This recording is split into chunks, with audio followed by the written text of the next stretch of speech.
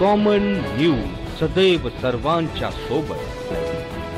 Common न्यूजच्या ताज्या घडामोडी जाणून घेण्यासाठी आताच आमचे कॉमन न्यूज चॅनल सबस्क्राइब करा। मुखी दत्त श्रीपाद वल्लभ मंडळातर्फे मढी ते गाणगापूर पायदिंडी सोहळ्याचे प्रस्थान।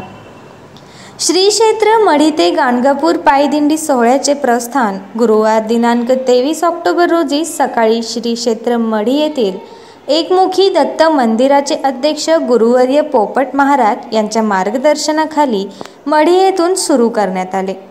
कानिफनाथ देवस्थान ट्रस्टचे विश्वस्त बबन तात्या मरकड, भाऊसाहेब मरकड, नवनाथ मरकड यांच्या हस्ते दिंडी रथाची विधिवत महापूजा करण्यात आली।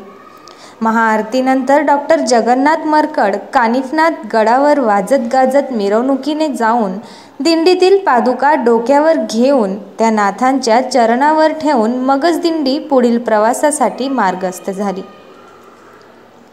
4 नोव्हेंबरपर्यंत हा पायदिंडी सोहळा थेट गाणगापूर येथे मजलदार मजल करत जाणार आहे।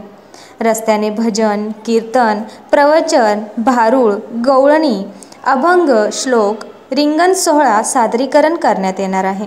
या दिंडी सोहळ्यासाठी संदीप महाराज पवार, शिवाजी जाधव, नागेश पांचाळ, अभिजित शिंदे, गणेश गडगे, शिवाजी शिंदे हे आपले तन मन धनाने योगदान देणार आहेत। या वर्षीचे हे दुसरे वर्ष आहे।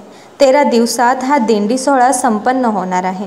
संपूर्ण महाराष्ट्रातील अनेक जिल्ह्यातील अनेक भाविक भक्त या दिंडी सोहळ्यात सहभागी झाले आहेत। कॉमन न्यूज मराठीसाठी प्रतिनिधी सुनील नजन, अहिल्यानगर।